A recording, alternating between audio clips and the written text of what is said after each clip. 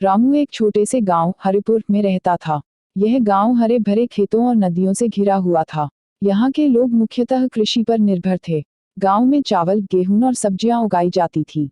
हरिपुर की प्राकृतिक सुंदरता और यहाँ के लोगों की मेहनत इसे एक अद्वितीय स्थान बनाती थी। किसान का जीवन। रामू का जीवन साधारण था। उसकी एक छोटी सी जमीन थी जिस पर वह अपने परिवार के साथ खेती करता था। उसके पास पत्नी सुमित्रा और 2 बच्चे थे, एक बेटा और एक बेटी। रामू का मानना था कि शिक्षा सबसे बड़ी पूंजी है, इसलिए वह अपने बच्चों को पढ़ाई के लिए प्रेरित करता था। हर सुबह सूरज उगने से पहले रामू खेतों में काम करने के लिए निकल जाता।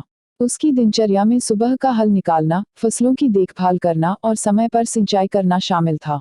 वह जानता था कि मेहनत का फल मीठा होता है, इसलिए वह कभी भी आलस्य नहीं करता था। खेत की चुनौतियां। एक साल गांव में सूखा पड़ा। बारिश की कमी के कारण फसलें अच्छी नहीं हो रही थीं। अन्य किसानों की तरह रामू भी चिंतित था। उसने अपने खेतों की देखभाल करने में कोई कमी नहीं छोड़ी, लेकिन उसकी फसलें सूखने लगी। इस स्थिति ने रामू को मानसिक रूप से कमजोर किया, लेकिन उसने हार नहीं मानी। उसने गांव के बुजुर्गों से सलाह ली और सूखे से निपटने के लिए नई तकनीक अपनाने का निर्णय लिया। सहयोग और एकजुटता। गांव में जब सभी किसान अपनी फसलों की स्थिति को लेकर परेशान थे, रामू ने एक बैठक बुलाने का निर्णय लिया। उसने सभी किसानों को अपने खेत में बुलाया और समस्या के समाधान के लिए विचार विमर्श किया।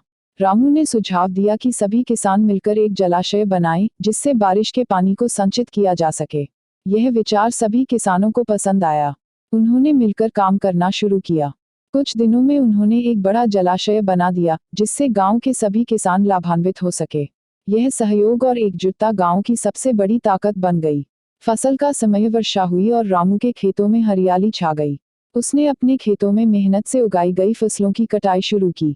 इस बार उसकी फसलें बहुत अच्छी हुईं।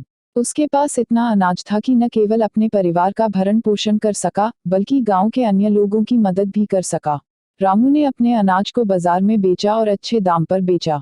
इससे उसकी आर्थिक स्थिति में सुधार हुआ और उसने अपने बच्चों की पढ़ाई के लिए भी पैसे जुटाए। वह हमेशा अपने गांव के लोगों की मदद के लिए तत्पर रहता था।